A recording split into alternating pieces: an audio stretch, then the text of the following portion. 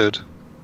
And make sure. Can I still send you messages on Skype, and only you will be able to see them? No, I'm gonna get a Only pop you will up. be able to see I'm them? gonna get a pop up on. No, I'm gonna get a pop up. Right. But you have two screens, right?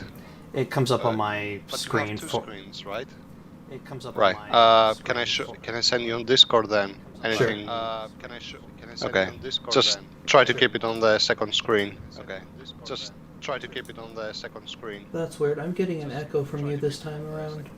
That's weird. I'm getting an echo from you. 1, 2.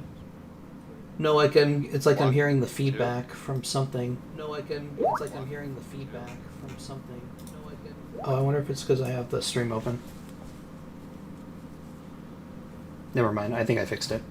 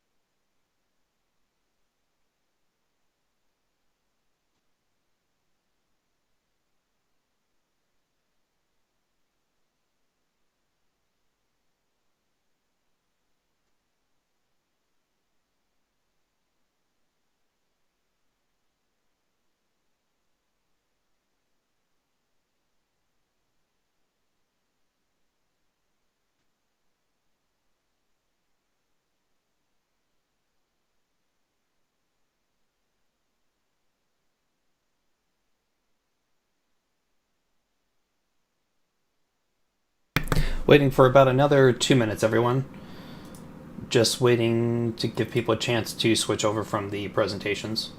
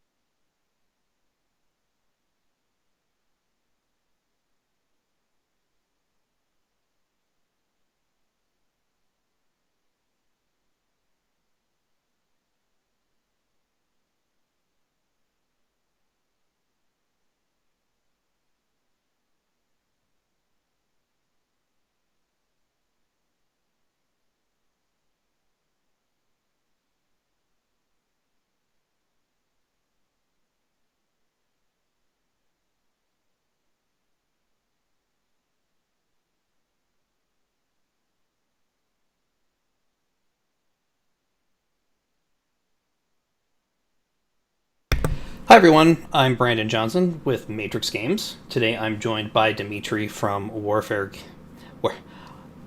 I'm Brandon Johnson from Matrix Games, and I'm joined by Dimitri from Warfare Sims. Today we are going to be demoing Command Professional Edition.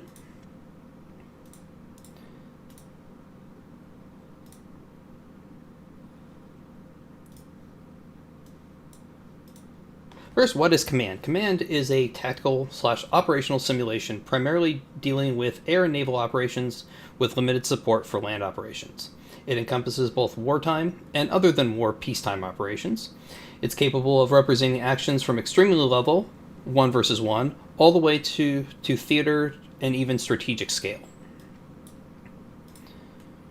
As an example of the fidelity that Command runs at the low level, in this example scenario, we have just 3 aircraft, an F-15, an F-16, supported by an E-3B.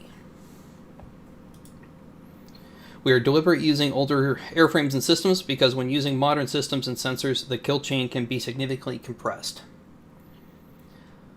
Looking at the platforms, in this case the F-16, we can see that they are broken down into individual components. When one component is damaged, it directly affects the operational effectiveness of the platform. For example, if it were to lose its AN/APY-2 radar, it would be unable to detect incoming hostiles, or aircraft at all for that matter. Without jammers, it'd be incapable of finding targets on its own, or without jammers, it'd be incapable of jamming enemy radars, and without communications, it would completely drop off the communications grid and be cut off from the common operating picture of its parent side.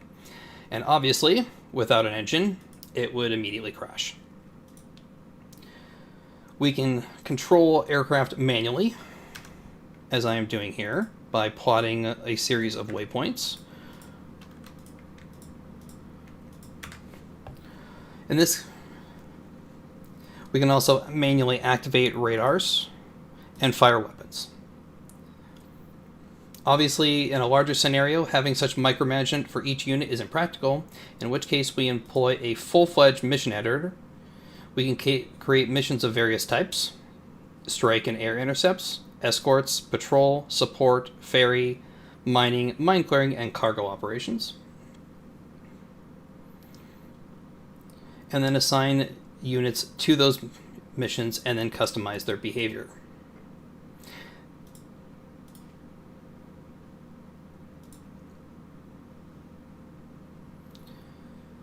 The exact behavior platforms will undertake depends on their mission, tasking, and also on a range of various doctrine and rules of engagement settings.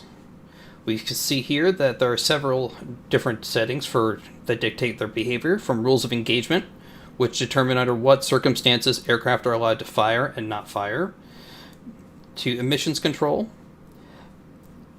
states to determine at which point aircraft will return to base, in this case for fuel and for weapons, whether aircraft will use their guns in an air-to-ground role, and various settings for anti-surface and anti-submarine warfare. Emissions control determines the active or passive status of the sensors on the platform. Weapon release authorizations is extremely important because it allows us to customize the firing behavior of any weapon. It allows us to specify things like shooting AMRAAMs at half range against high-performance fighters, but shooting at full range against enemy transport aircraft or AWACS. It also allows us to specify a number of shooters, as well as how many weapons are going to be per salvo. This allows us to issue orders like, if you're defending against ballistic missiles, should 3 interceptors be fired per salvo, or if you are firing against an unarmed aircraft, firing 1 missile per salvo. In addition, we have various withdraw and deploy settings. These are relevant mainly for surface and submarine units. They specify the level at which a unit may suffer the loss of weapons, fuel, damage before it will withdraw. This allows you to issue orders having a high-value target withdraw at the first scratch of damage, whereas more expendable units will stand and fight. Similarly, since repairing, refueling, and restocking warships can be extremely time-consuming, this allows you to specify the limits at which they will redeploy. One of the best features of all the doctrine and ROE settings is that they are inherited from the top side down to the mission level, down to the group level, and finally down to the individual unit level. This allows you to model the hierarchies that exist in any real-world military and mirror the different doctrinal settings that go with them. This allows you to much easier inherit settings depending on when group membership of a specific unit changes. For example, if you have a surface group set to be electronically silent and assign a new ship to that group, by default it will inherit the silent behavior. This severely reduces the micromanagement you have to do with regards to doctrine and settings. So, back to our scenario. We have been warned that there is a threat coming from the east. We have also been warned that there is civilians in the area, so we can't just fire at will.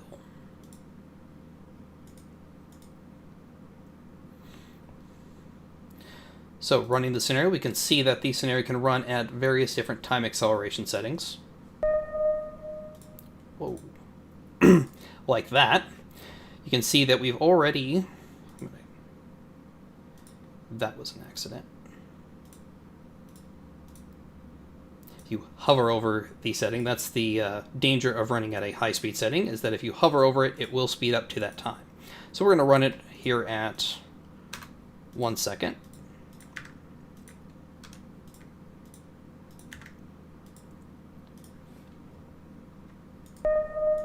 And as you can see, we've just detected our first contact. We click on the unit. We can see it wasn't detected by any active system, but by the AN AYR-1 ELINT system on our E3B. And because it was a passive contact, we have a very wide bearing, which is represented by the yellow box for our ambiguity zone. Since we don't have a hard contact, we also don't have any weapons ranges, but we can click on a contact report, and it'll tell us a little bit more about what we detected. We detected a slot back fire control radar, and the only possible match is a MiG-29S Fulcrum C. So even before we have a hard contact on that, we know what it is. Since we don't have a hard contact on this, we don't have actual tracking information, which is represented by the X's. So moving forward a little bit farther, let's go ahead and turn on the radar on our E3B. And we've immediately classified the MiG-29, mainly because there was no other option for that. We've also detected 2 other contacts that are currently unknown. Since the E3B is a mechanical radar, the first sweep only gives us the contact. The second sweep will then give us the firm tracking information. And we currently still don't have anything on that MiG-29, which means it's probably at the edge of our detection zone. So let's move.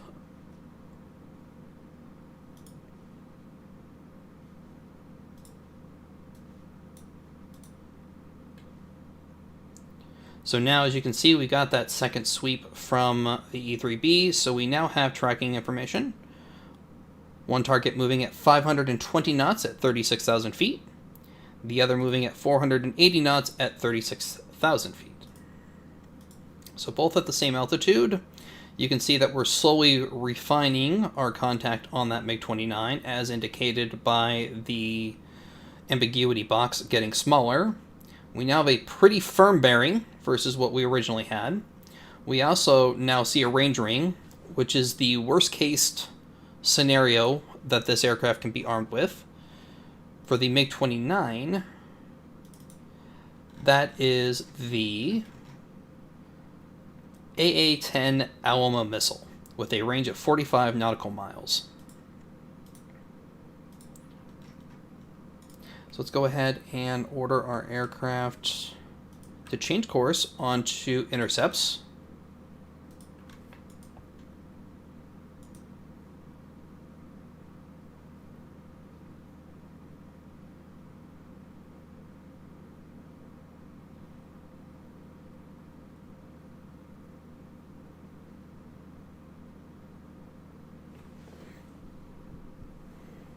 And now you can see we finally have a firm contact on that MiG-29. You can see that it was now just inside of our range of our E3B, which means our first contact with it was definitely outside of that hard range. Still don't have an identity on our other 2 contacts.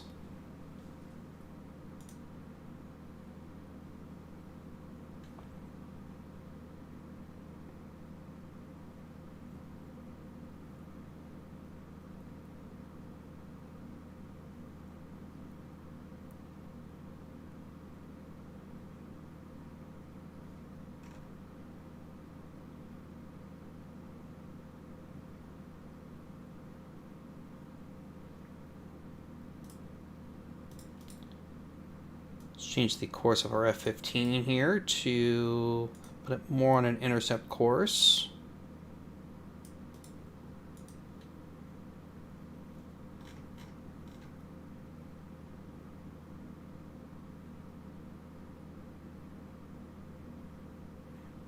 You'll notice that the radars on both of our fighters are currently set to off. So all of our contacts are coming from ECM and the radar on the E3B. And our F-16 is starting to get a target track on the unknown, although per his rules of engagement, he's not going to fire.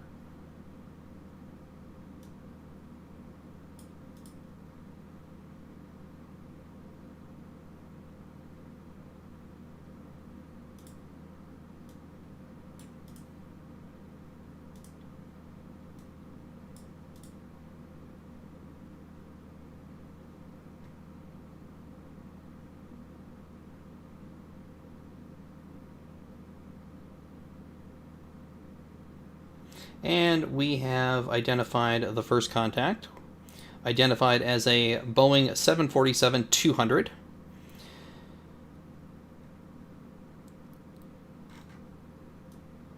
And it's been identified by the AN/APY-2 on the E3B. Actually, I'm sorry, I take that back. It has not been identified by the E3B.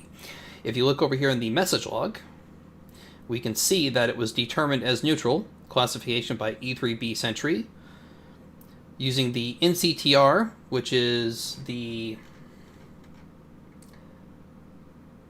non-cooperative target recognition mode. Two models of the NCTR modeled in command. The first is the traditional and well-known, which checks the reflection from the jet engine blades. The other is a more advanced mode, which checks the radar return from the skin, and usually is only possible with phased arrays. So now that we've identified him as neutral, we can redirect our F-15. We still don't have a contact on that bogey.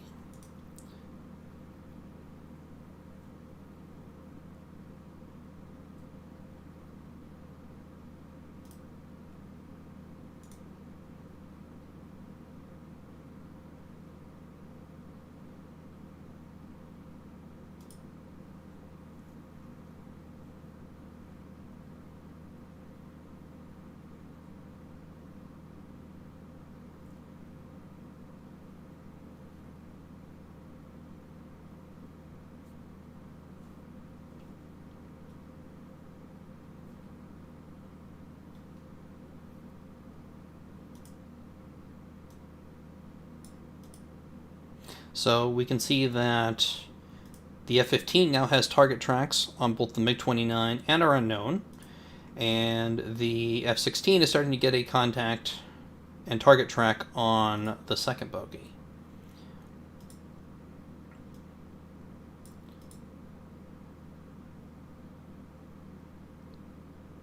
Oh, and we've identified it as a bomber by the Mark 1 eyeball on our F-16. And now our pilot is taking a look in his recognition book, and we should have a hard contact on it shortly. There we go. It has been identified as a Tu-22 M3 backfire. And because he's immediately hostile, our F-16 has immediately engaged him.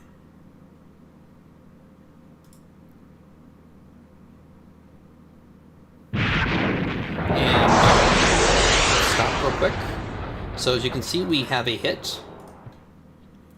Cheating a little bit, let's switch over to the red side and click on the bomber and look at the damage. So not much damage with that first Sidewinder. We damaged the Avtomat 2/3 heavily, but did no other damage to it. And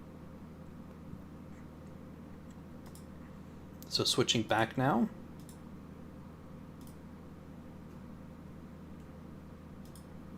We just did a second hit. Right, so there's a question now about Command P, about the mechanics. Okay, Dimitri? Whether it uses the mechanics of CMO or the traditional C-Mano.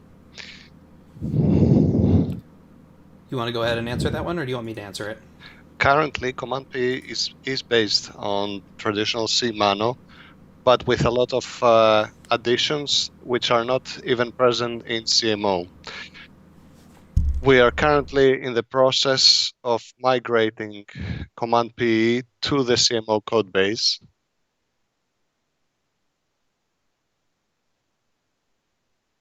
And there will be, the result of that will be a new version which is based on CMO, but with new additional features which are not currently available on the commercial CMO.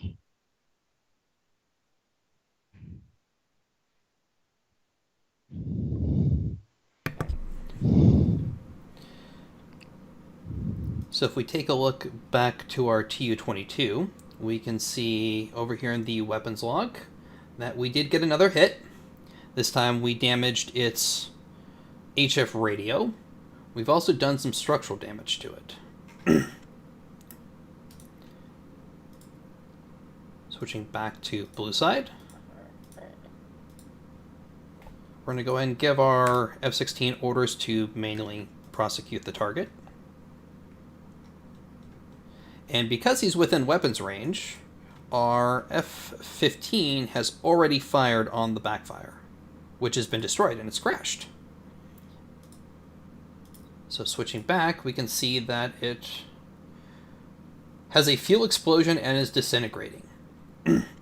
So just a random event there from the damage we caused, which means that this Sparrow is going to self-destruct.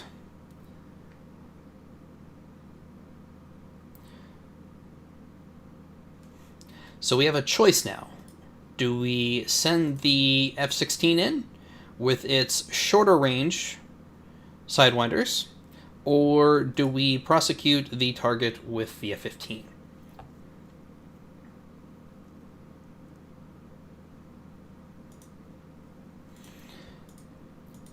So for this, I'm going to go ahead and order both aircraft to engage. But I'm going to not directly tell the F-16 to go straight in. I'm going to send it on a little bit of a dogleg course, as directed here.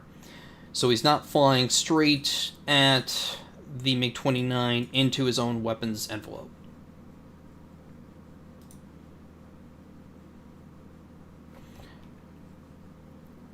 And doing a manual with the speed here, I'm going to manually increase his speed up to 520 knots.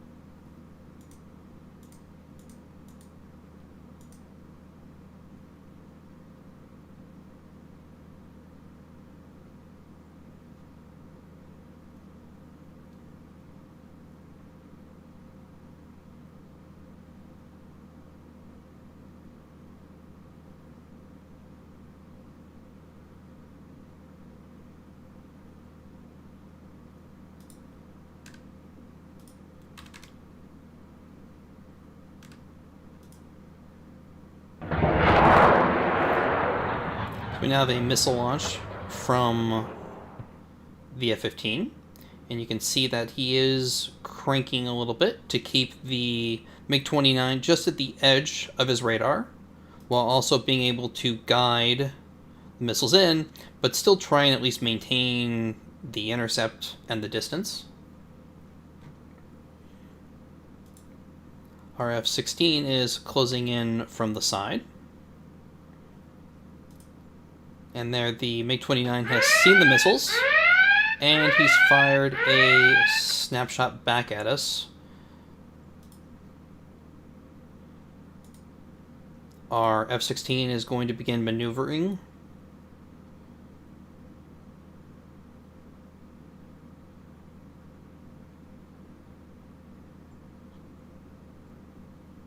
Now we have a second launch.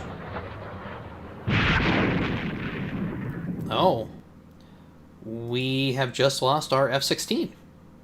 We had a hit on our engine, so he is going to crash.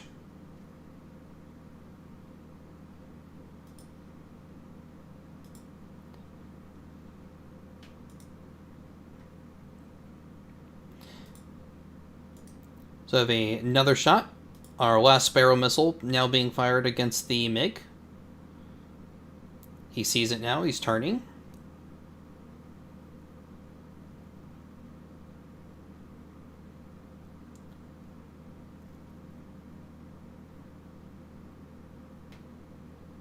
And we have another miss. So our F-16's now, our F-15, I'm sorry, is now out of long-range missiles. He's now going to close in and attempt to use his Sidewinders.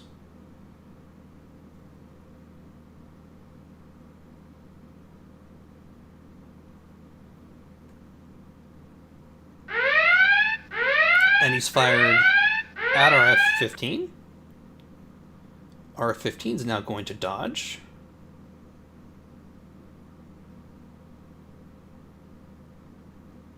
Which it missed, thankfully. We now have a missile launch And there we go. The MiG-29 has now been destroyed at the cost of our F-16. Switching over, we can see that the MiG-29 actually had quite a bit of damage done by that missile. We destroyed engines and destroyed some of its sensors.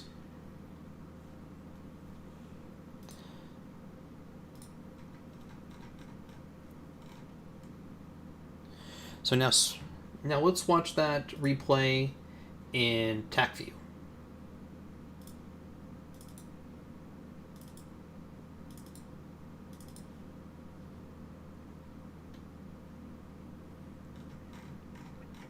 So Tacview offers a number of benefits. One is the ability to fast forward and rewind any engagement. So we're going to fast forward the engagement to just as our aircraft were going to intercept the Tu-22.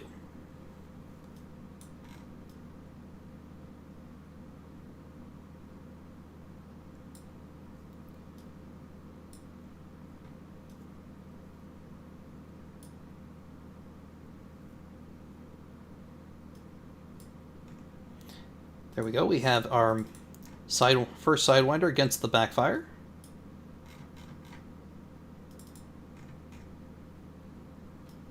There's our second versus the backfire. And then very shortly we should see the backfire crash as that fire destroys the engine.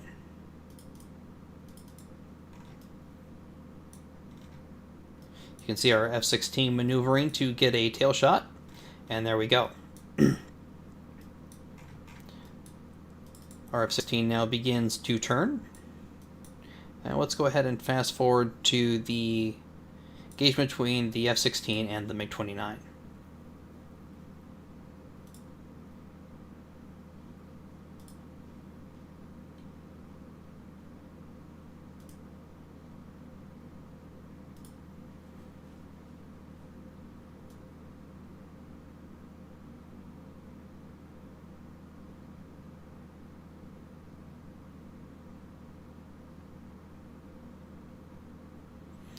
We can see the first Sparrows coming in versus the MiG-29 that missed, and our F-16 got hit by the return fire from the MiG. And here, it's a little late, but we can just see that the Sparrow was lofted by its course track, and then it is now diving down on the MiG-29. You can see this in-game, although it is a little harder to represent by if you click on the missile as it's being fired, you can see the altitude change to go up higher and see it lofting, but it's not quite the same as being able to see it in 3D here. And we can see that this one's going to miss.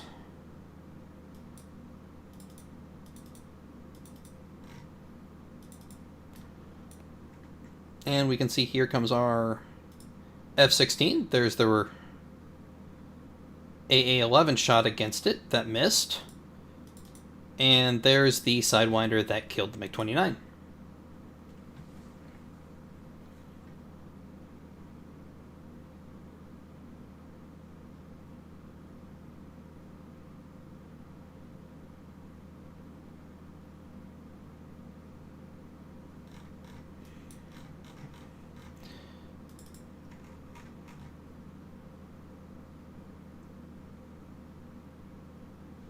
Dimitri, do you want to take a look at the database?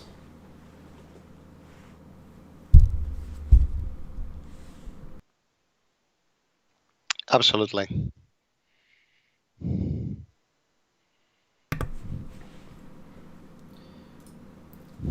So the database is in Microsoft Access.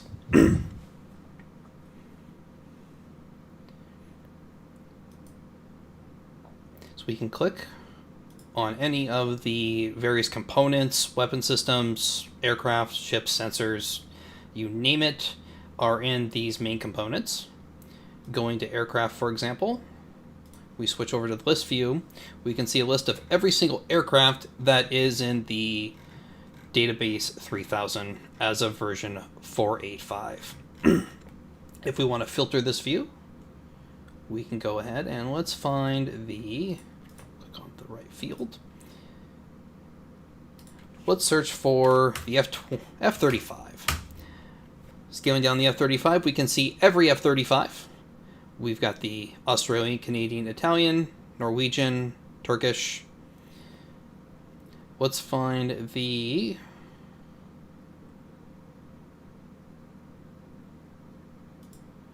USAF F-30. One of the Sorry, go ahead. while Brandon is demonstrating the F-35 list, one of the great strengths of the database editor is the speed and flexibility with which it allows you to either create new entries or clone existing ones into new prototypes or variants. So as an example, a few years back we had some guys from the Air Force. They had some information on the B-21, which was at the time very new. And they were curious to see how they would be able to model this in command. So we sat down with the database editor that you see here, and within half an hour we had a B-21 prototype based on as a variant of the B-2 with all the changes that they dictated. So changes in the aircraft structure, dimensions, weight, power plant, different engines, different fuel consumption and performance characteristics. And within half an hour, we had it ready in the database, and we set it out to test it in the simulation. We were able to compare it against the standard B2, both in terms of kinematic performance, not just speed, but also persistence, radius of action, etc., but also actual combat performance against various typical threats like early warning radars, surface-to-air missile batteries, AWACS, and so on. It was very illuminating for us and also for them. We were very happy when they told us that it was very close to their internal predictions.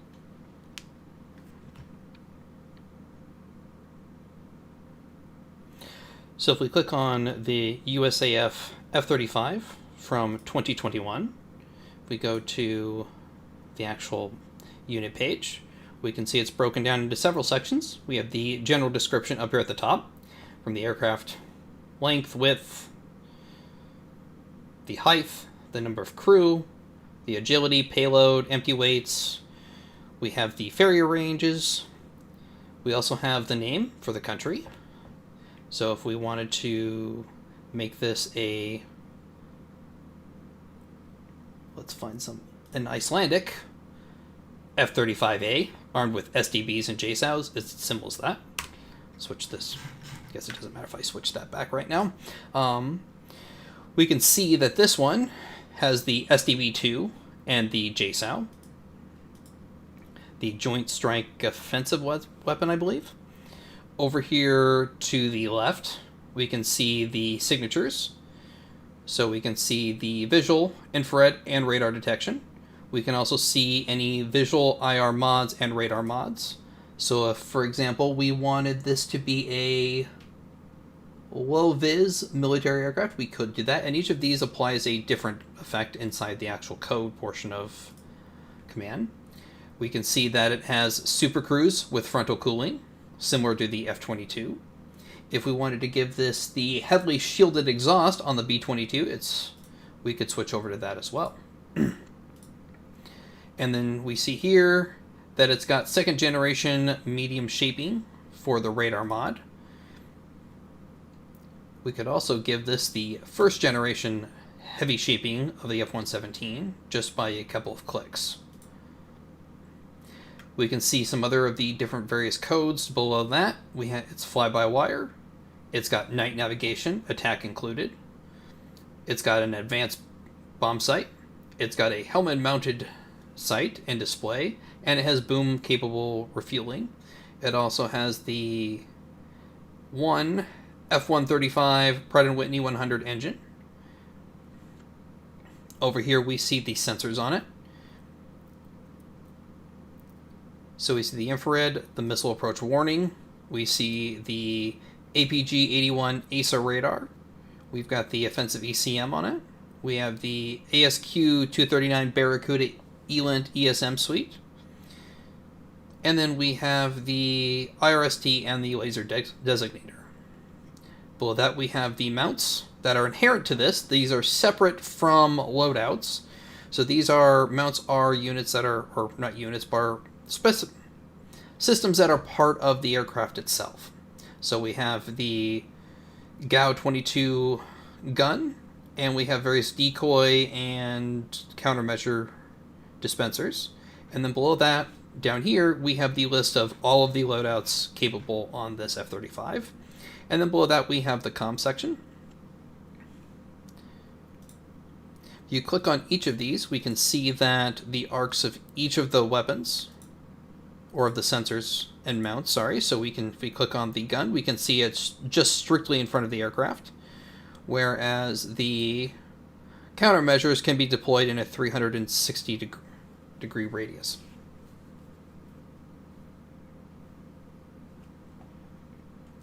Switching over to something a little different, let's go look at a facility.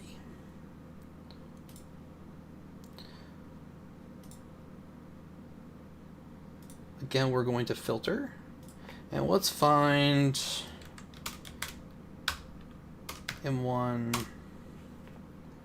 I'm looking for an M1 Abrams platoon.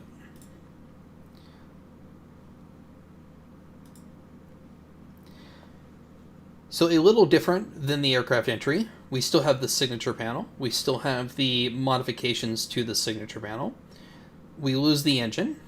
We don't have any inherent sensors on the tanks, but we do have 4 M1A2 Abrams main battle tank mounts.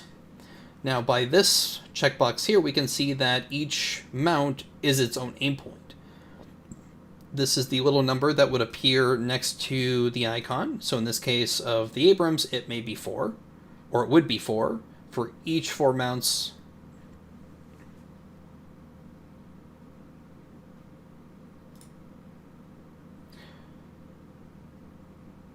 Now, Dimitri, you're probably a better one on this particular than me, but let's go find a radar.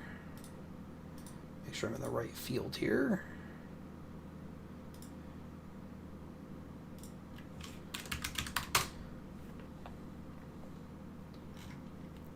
Actually, I want to refine that search a little bit. Let's look for a...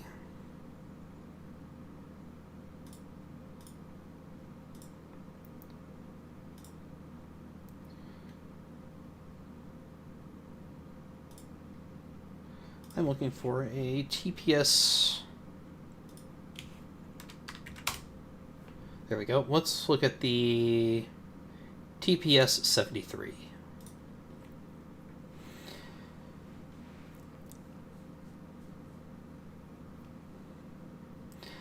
So we can see here we have various mind-blowing settings for radars. We have beam width, beam horizontal, beam vertical, system noise of the sensor. We have peak power, the pulse width, the radar ranges, so versus 2 square meters. Yeah, and one of the great benefits of the database editor when it comes to sensors and quite a few other details is that there's a lot of backend code to help editors fill in the blanks when they have incomplete information.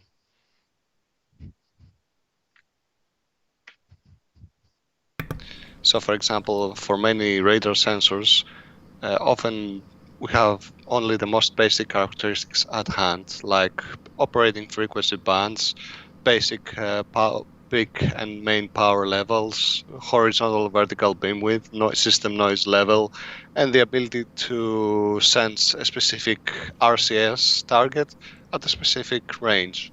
Using just those data, we can then extrapolate using basic physics and fill in the blanks on many other information which may be unavailable or even classified.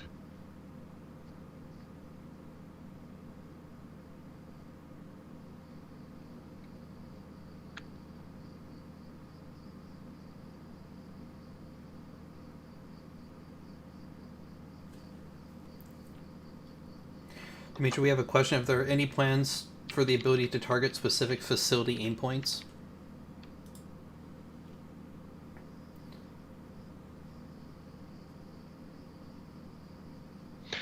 Facility aim points.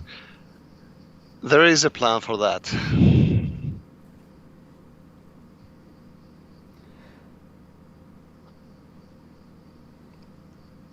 But I would prefer not to go in any detail at the moment.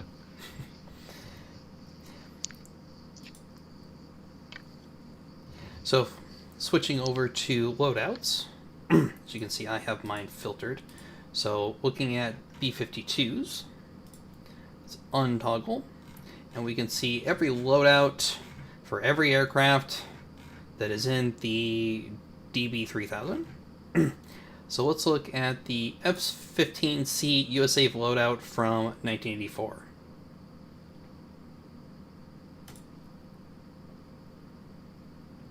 And that is the filtered view. So we can see that it has 4 AIM-120As, 4 AIM-9Ms.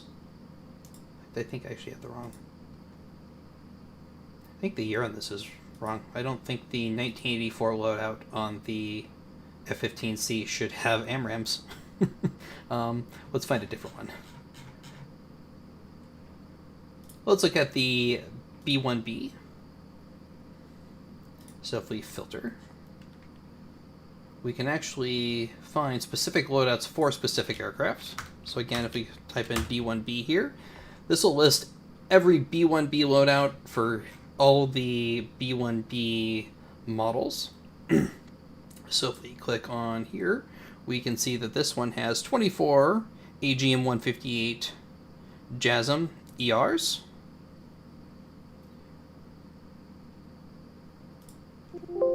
By the look of it, these are all internal.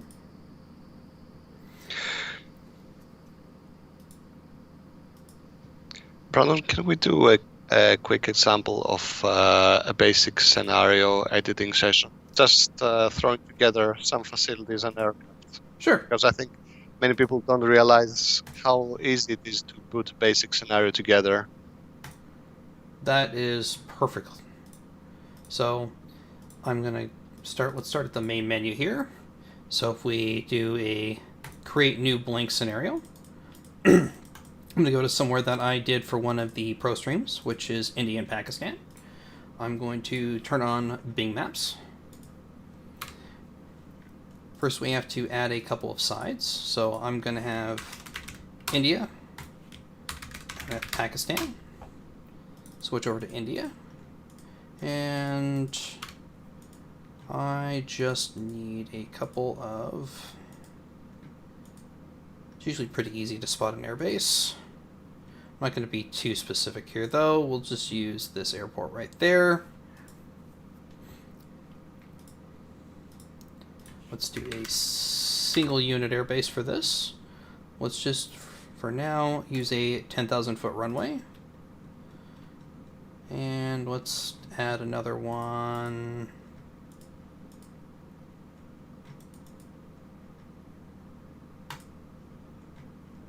Right here. We're just going to copy runway that I already had. So there's our 2 air bases. Now to add aircraft, let's switch over to the edit aircraft menu, and I want to look for India. And let's look for the... Let's use the Su-30. Let's add 18. Our airbase over here. Again, let's switch over to India. And let's look for the Jaguar. Again, let's add 12 Jaguars. I do want to switch on a couple of other of the system settings, or the scenario settings. So I'm going to activate unlimited magazines, aircraft damage, and can leave the rest off for now. We do have the ability to have fixed side colors. So if you always wanted a side to appear as red and the other to appear as blue, that is possible. I'm just going to leave it as both, as whatever the current side is blue. And let's arm our Jaguars here. So I'm going to go 6. Armed with anti-runway weapons.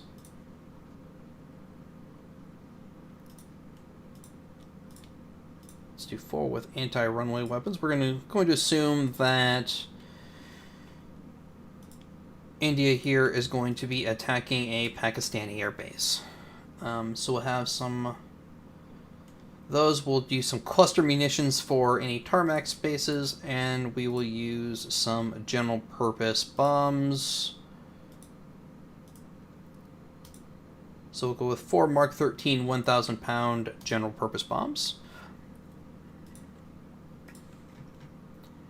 Now we'll switch over to our other side.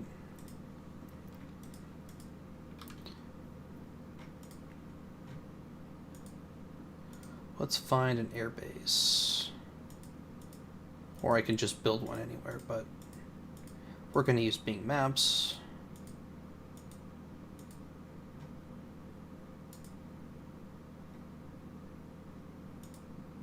It is taking a little extra minute to load just because I am streaming.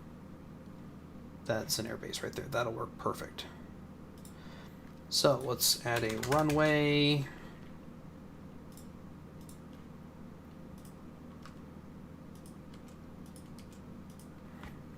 Let's have a runway access point.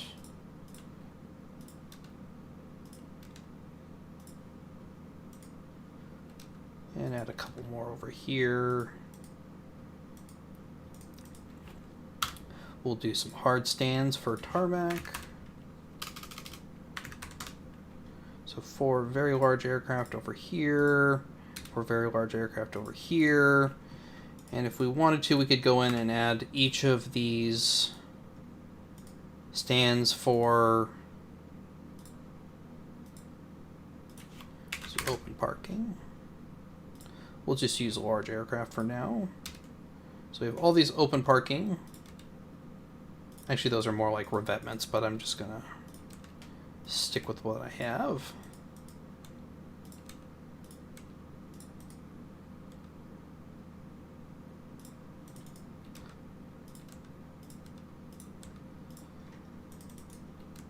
Open parking there, there. And we have a hard stand here. Let's do copy our tarmacs.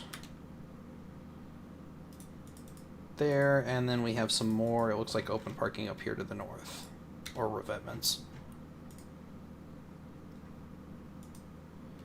Oh no, those are actually hardened aircraft shelters, so...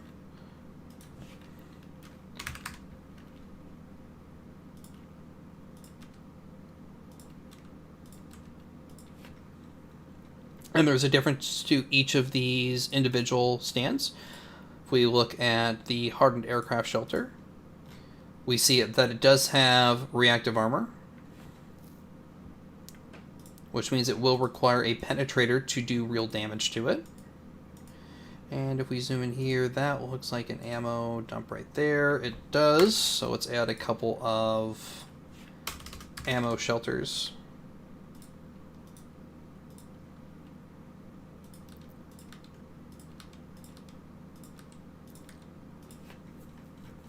Okay, and then what we're going to do, now that we've created a rudimentary airbase, we're going to group all that up. And let's go to Pakistan now, and we're going to assume that at our airbase here that we have some F-16s.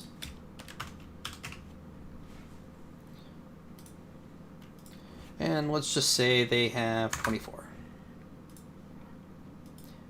Aircraft will automatically default to going into, generally into hardened aircraft shelters if they're available, and then they will be distributed out from there. So we're going to quickly assign, actually, I'm sorry, that was actually on the India side of the border, so let's go over the other one, because I think I just reused that airbase. We're just going to move it. So what we're going to do now is assign our F-16s now to a new mission after I give them a loadout. Let's arm them with a mix of AMRAAM loadouts. We'll go with 4 AMRAAMs, no Sidewinders. And a couple of more with just Sidewinders. We'll go add a sniper pod, and then, since very rarely is all 100% of a squadron ready to go, let's go ahead and leave some under maintenance or readying for another mission. And then let's go ahead and set up an air intercept mission. I'm just going to call it intercept. And then this will bring up our mission editor. We can see here that we have a flight size of 2. We're going to limit its range to, let's say, 100 nautical miles. So anything outside of that, they won't go after. And we will go ahead and force the flight size. Mission doctrine, we want our radars as active. And we have no aircraft assigned, so we can't see the weapon release. And we want them to positively identify their targets first.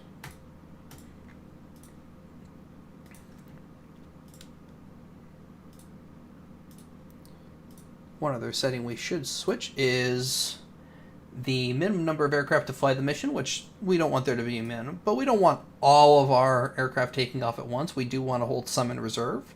So since we're using 2 aircraft flights, let's set it to, say, 8 flights are available. That'll give us 16 aircraft onto station.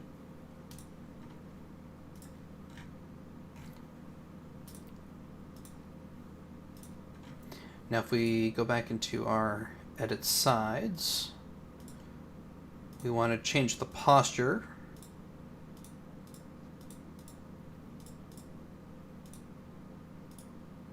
So our 2 sides are hostile. And let's add a couple of air defenses over here at our air base. So we'll go with a TPS 77. Guys, if you have any questions while Brandon is making this, feel free to ask. And a couple of SAM batteries.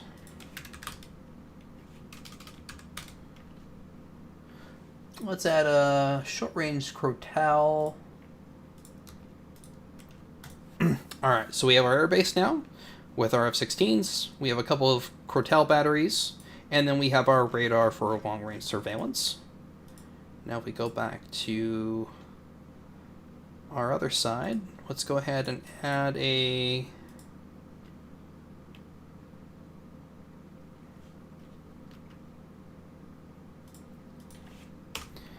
switch that back to aircraft.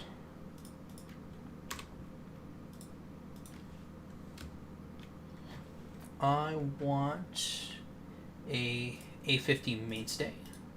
This will provide our long-range information for the Indian side, and I think we're good. So now we can set up a strike mission. I'm going to temporarily turn on God's Eye view. I'm going to select our airbase, and with it selected, select add mission. I'm going to keep it as a strike mission, but I want to change it to a land strike. And I'll just name it something creative like airbase strike. We can see that all of the various aim points of the airbase come into view.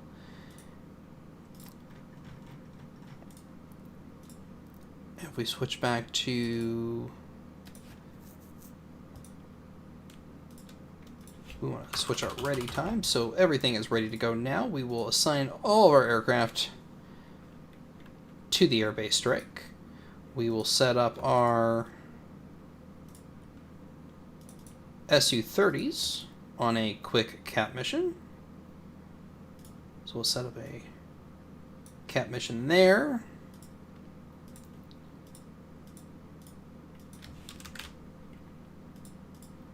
So this brings us... So don't care how many aircraft are on station. If a contact is... We want one flight to engage any contacts. We don't want everybody chasing after a single contact. And we'll keep the flight size as 2, which is typical for fighters. We are going to define a prosecution zone. Define a circle. We switch over to prosecution zone. There we go. Deselect. Let's go select our Su-30s now. Ready arm.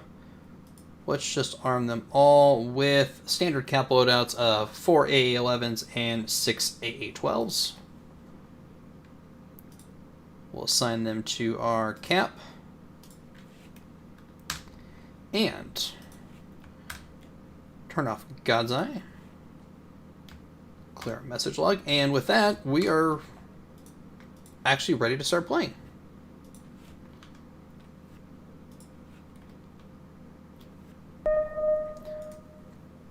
So we can see that our A50 is already detecting the emissions of the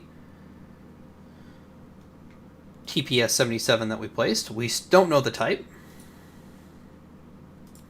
We're going to go ahead and run this very quickly. So we should see that our aircraft now are all taxiing towards their takeoff.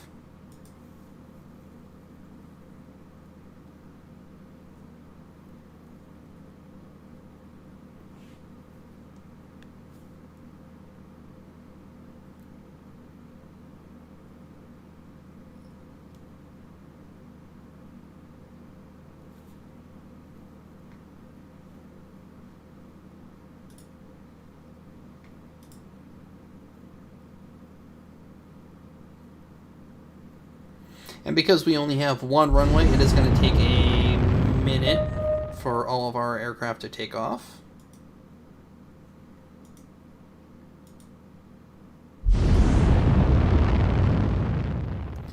But you can see we're already detecting fire control radars from those F-16s.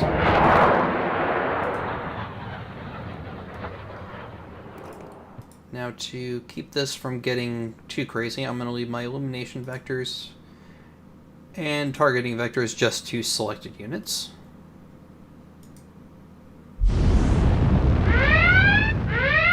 So we are detecting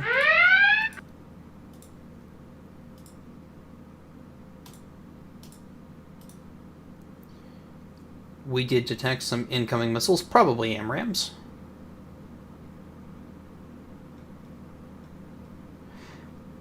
And we can see here that our flights of aircraft have automatically assigned some waypoints. Being as they're on a strike mission, they'll automatically path as long as we don't manually try and give them orders. I'm going to go ahead and... Oh, it's going to give me an error if I try to delete them. Alright, so it looks like we've taken care so far of all the F-16s.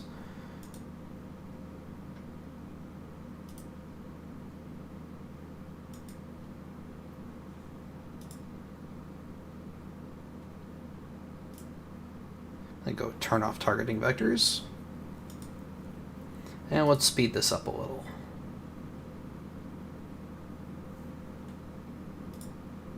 So we have a new missile contact.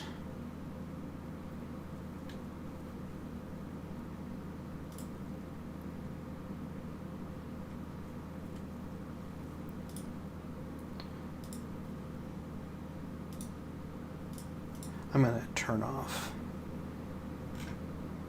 pop-ups for new weapons. That should have been off already. But we can see that every flight that's taking off on our strike mission is being assigned a similar but individual course track for their ingress and egress. Our Su-30s are still tangling with the F-16s. We just lost an Su-30.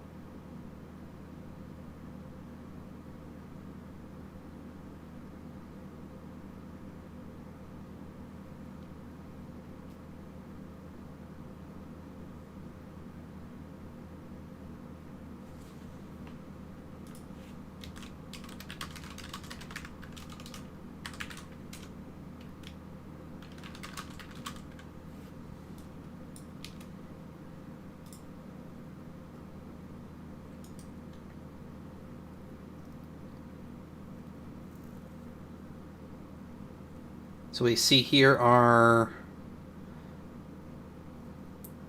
okay-ish sized air battle going on. Lots of AMRAAMs and long-range missiles flying back and forth. As long as they're going after our fighters and not after our attack aircraft, we're probably okay.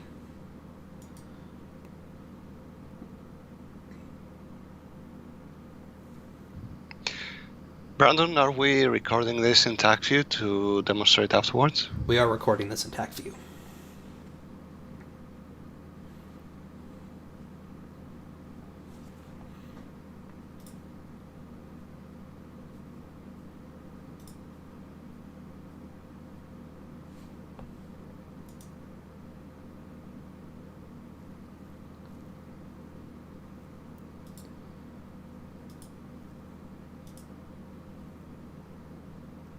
So we can see here that our Jaguars are coming up on their IP.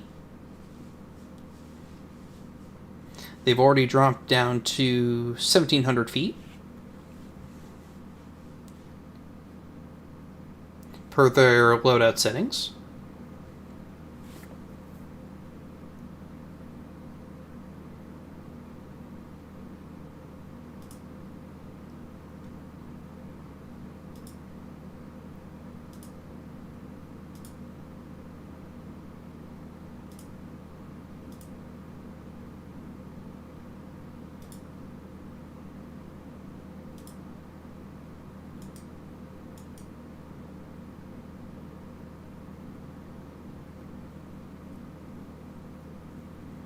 And it looks like for the moment there are no F-16s airborne to oppose us.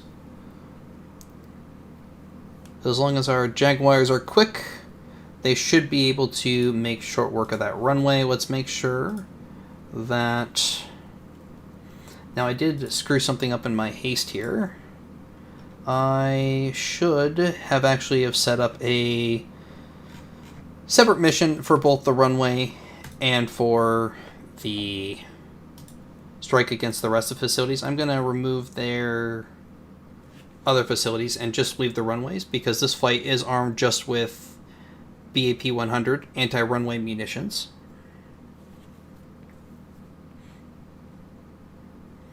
They may work against tarmac spaces, but they're probably pretty useless against the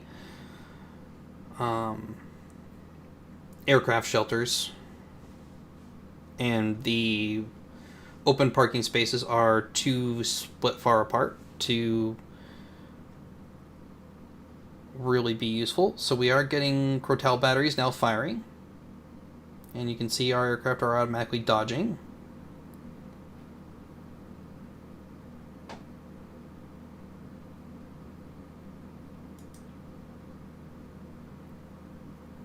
So they've now counted as they've hit the IP. They are coming in now. More missile fire. But they've hit their IP, so they're not going to try and dodge anymore. They are going to go in and just take their risks. So we have an engine hit on that Jaguar, and he crashed. So the others should continue in.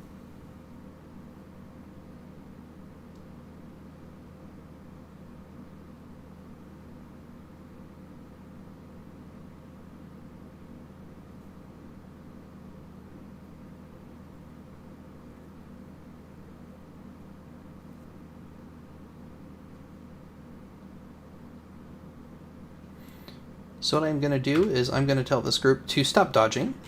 Not generally a good idea, but they're risking staying over the target too long and waiting for F-16s to come up. So I'm going to tell them not to go defensive anymore.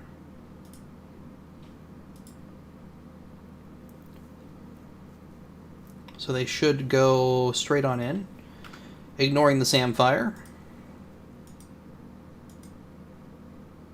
Not generally a good idea. Probably went a little overboard with the extra SAM battery.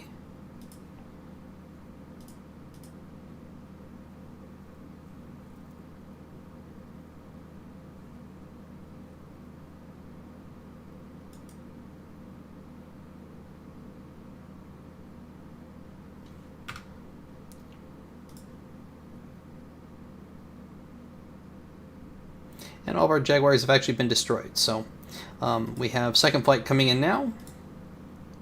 But we're going to go ahead and speed this up, and then we'll watch the full playthrough in Tacview.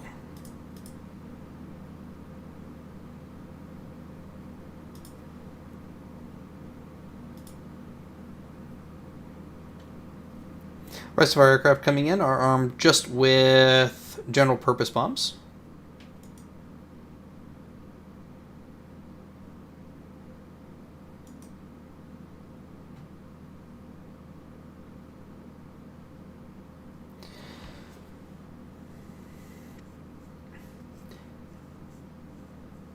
This is why you should always do SCAD before you go in with strikes. You should always go in and look for sand batteries.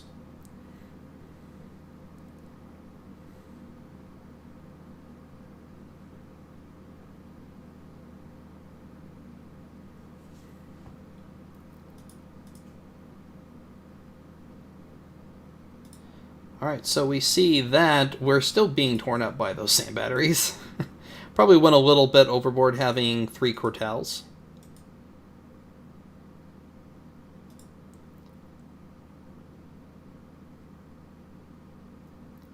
Quartel is a very dangerous missile. But we did get within range to begin dropping our bombs. They're going to drop it on the runway access point, causing minimal damage. And we can see the rest of our strike groups all... Well, those aren't our strike groups, those are actually our Su-30s, all damaged and falling back to either the patrol zone or to land and rearm. So if we take a quick look at our losses and expenditures there, probably wasn't good. It wasn't. So we lost all 7 of our Jaguars, or not all 7, but a lot of our Jaguars. We killed 16 F-16s, which is all that they had ready to go and available. And we expended 4 A-11s and almost 40 AA-12 adders, and 2 AIM-132 ASRAMs. They expended 16 AMRAMs and 15 Sidewinders. So that's just... wasn't a very good put together quick scenario, but you think you guys get the idea of how quickly it is to put together a scenario very quickly.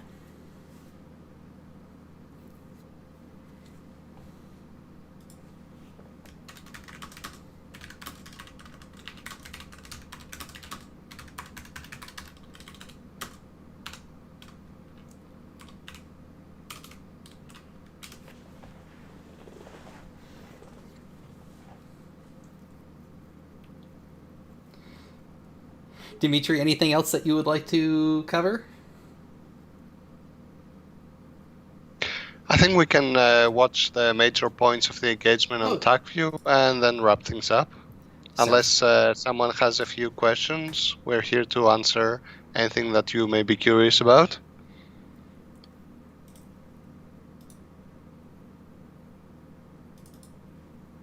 So let's open up Tacview.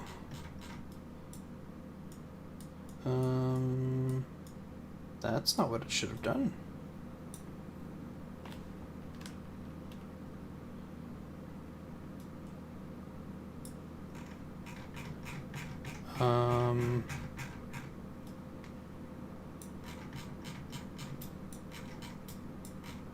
I think there was a bug there, Dimitri, because I don't think our aircraft should have been over Central Africa. I wonder if it's because I had Tacview open while I was playing that. I think I forgot to close it. Yeah. Select another aircraft.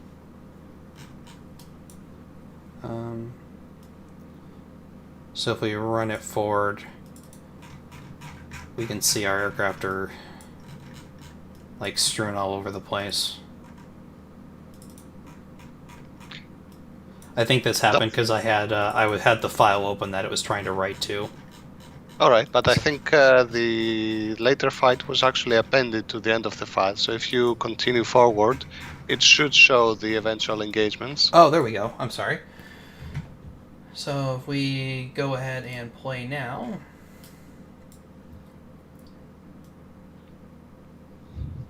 So this is the first strike. I'm going to go ahead and run this a little quickly.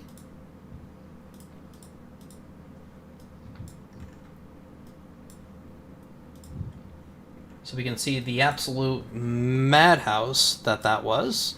Thankfully everything was all set to run on missions. Otherwise, trying to manage that manually just would have been really difficult to do. And you can see the missiles are lofting and then diving down as they should. Imagine those poor souls who are running those 9 or 10 or 12,000 unit scenarios. I have pain. That mini use just scares me. So let's follow these adders in. That one's going to be a miss. Just going to run wild until it self-destructs.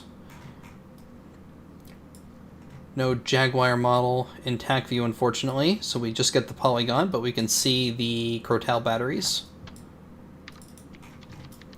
as well as the range of the Crotal batteries.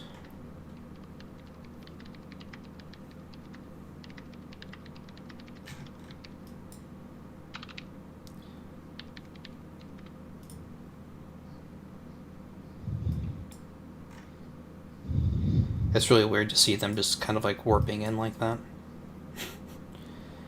And we see more adders going off for the F-16s that just launched.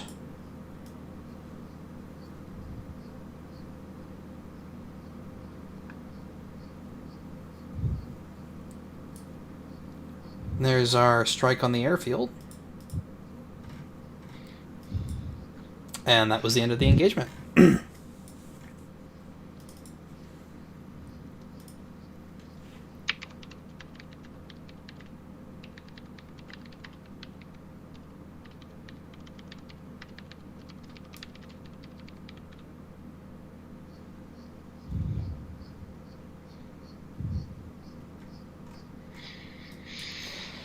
And again, I didn't do the strike properly. Had I been doing the strike properly, I would have set up multiple levels. I would have gone in with SEAD first on a strike, and then gone in with my strike aircraft behind them.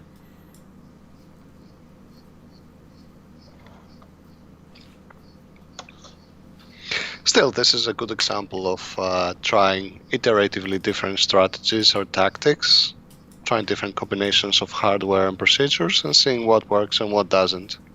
Exactly. And if we wanted to run this as a Monte Carlo, you definitely could, because all the units are assigned to a mission, so you definitely could run this as a Monte Carlo and run it, 1,000 different iterations if you wanted.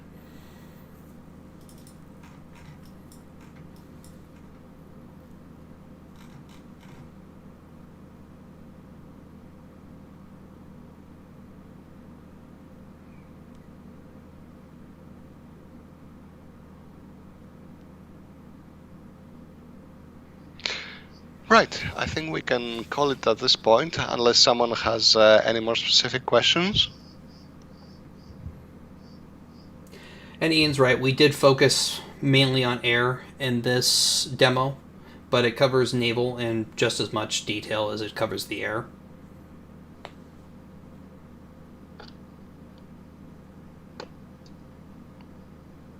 In fact, some of the community scenarios, such as the Northern Fury series, you can see massive seaborne engagements, even transoceanic ones. You can even play a month-long Battle of the Atlantic if you wanted to.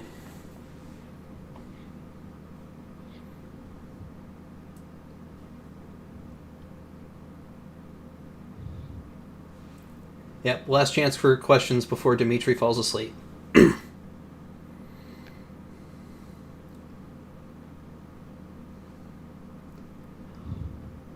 I'm not seeing any, Dimitri. Neither do I. So, either everyone is happy.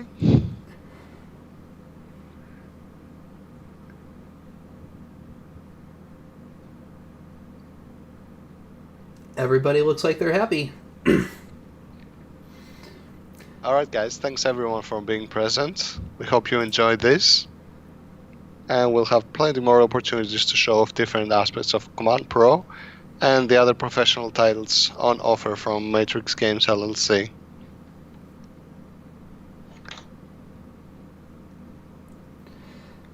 Thank you for watching, everybody, and enjoy the rest of Connections.